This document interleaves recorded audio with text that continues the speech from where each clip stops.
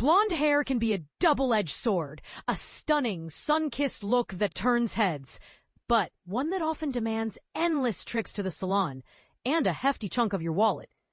But what if I told you there's a clever trick to keep that fresh, vibrant glow alive without the constant upkeep? I decided to dive into the world of the low-maintenance blonde method to extend those salon sessions. And let me share my journey with you. Whether you're a brunette who's always fantasized about embracing lighter locks, or a natural blonde like me, battling the dreaded dullness that creeps in over time, the truth is undeniable. Blonde hair requires serious commitment in terms of time and cash. In an ideal scenario, we'd all have a foolproof way to prolong that blissful, just out of the salon shine. Enter the Root Smudge, a game changer I explored by visiting Neville Hair Beauty in Belgravia to consult with color specialist James Howarth for my inaugural experience. You might also enjoy the trendy hairstyles every cool girl should experiment with for autumn 2025. Think the effortless bedhead shag or the chic microbob. https://www.hellomagazine.com/fnn/beautytrends 856278 autumn 2025. As someone who reviews beauty products professionally, these are the standout items that impressed me this month. https://www.hellomagazine.com 852998 August Best Beauty Products Review. So what on earth is a root smudge? According to James, it's all about applying a toner that's a shade lighter than your natural roots, but darker than your highlights, resulting in a seamless color fusion. Put simply, it blurs that stark line of regrowth, delivering a soft, organic appearance that looks effortlessly natural. For beginners, think of a toner as a gentle, semi-permanent dye that adjusts your hair's tone without the drama of full color changes. It's like giving your roots a subtle makeover to blend everything together. Since my base color is already quite pale, James applied the toner sparingly, concentrating on a delicate integration at the roots. For those with darker hair, the smudge can extend further down the strands to achieve a flawless shift from root to highlight. And this is the part most people miss. The beauty of this technique lies in its flexibility. You can tailor it to your desired level of contrast or how long you want to wait before your next salon date. Plus, it's not exclusive to blondes.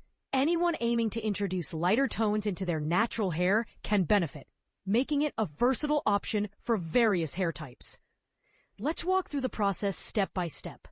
We kicked things off with my standard bright highlights, sectioned finely and secured with foils. After removing the foils, but before shampooing, James meticulously applied the toner straight to my roots, allowing it to set for 3 minutes. He then added a bit more around the hairline for an extra couple of minutes. A clever tactic to add that extra pop at the front. The toner stayed on the remaining roots for a full 6 minutes total before rinsing. Unlike past visits where I'd mix in highlights and lowlights to mimic natural growth, James emphasized the power of simplicity. The less color you incorporate, the more authentic it appears, he advised. Just combine bright highlights with a gentle root blend and you're set. The transformation was instant and striking. My before photo showed 5 months of growth, blonde enough, but with roots that appeared flat and lifeless. After the smudge, my hair shone brighter, felt more alive, and had added depth, all while maintaining that soft, natural softness at the roots. This means the brightness I adore persists, but in a version that grows out gracefully without those jarring lines. In essence, it's the best of both worlds, vibrant color with minimal fuss. But here's where it gets controversial. Is this technique truly a money saver, or just another beauty gimmick that salons push to keep us coming back? Some might argue it's a smart hack, while others could see it as prolonging the inevitable salon cycle without real long-term savings. What do you think? Does it genuinely reduce maintenance, or is it overhyped? Caring for a root smudge is refreshingly straightforward. James suggests using a clarifying shampoo monthly to clear out any residue, or opting for a metal detox treatment to eliminate minerals and particles from tap water. If you're into purple shampoos, which neutralize brassiness in blondes, he recommends limiting them to once a month at most to avoid stripping your hair's natural oils. The bottom line?